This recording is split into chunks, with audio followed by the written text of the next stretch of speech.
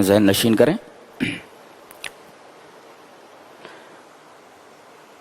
انسان پر جو بھی مصیبت آتی ہے اس کی 3 وجہ ہیں. ریپیٹ کرتا ہوں, انسان پر جو بھی مصیبت آتی ہے اس کے 3 ریزنز ہوتے ہیں, 3 وجہیں ہوتی.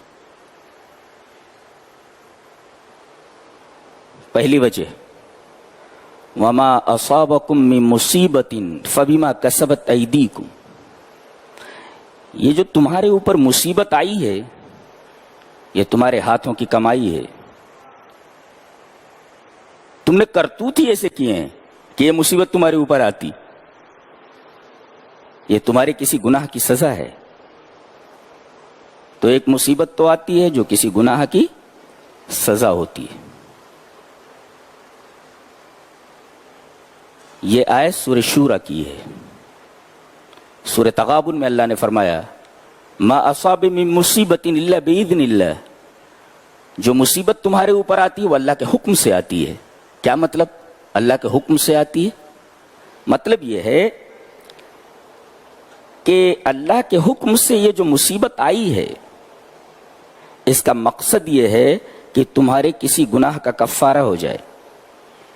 وہ مشہور حدیث ہے, آپ سنتے رہتے ہیں کہ اگر کسی مومن کو کانٹا بھی چبھ جائے, جو کانٹا چبھنے سے جو اس کو تکلیف ہوتی ہے, اس تکلیف کی وجہ سے اللہ تبارک و تعالیٰ اس کے گناہوں کا کفارہ کر دیتا ہے. تو ایک مصیبت آتی ہے آپ کے گناہوں کو مٹانے کے لیے آتی ہے. یہ مصیبت بہت بڑی رحمت ہوتی ہے. اور تیسری وجہ اور تیسرا ریزن بہت ہی عجیب ہے, غور سے سنو. اللہ تبارک و تعالی نے کسی بندے کے لیے کوئی اعلیٰ مرتبہ مقرر کیا ہوتا ہے. کیا مطلب؟ اللہ اپنے بندے کو کوئی اعلیٰ مقام دینا چاہتا ہے اور اسے معلوم ہے کہ بندہ اپنے کسی عمل کی وجہ سے اس مقام تک نہیں پہنچ سکتا, تو اللہ اسے کسی بیماری میں مبتلا کر دیتا ہے, اسے کسی مصیبت میں مبتلا کر دیتا ہے.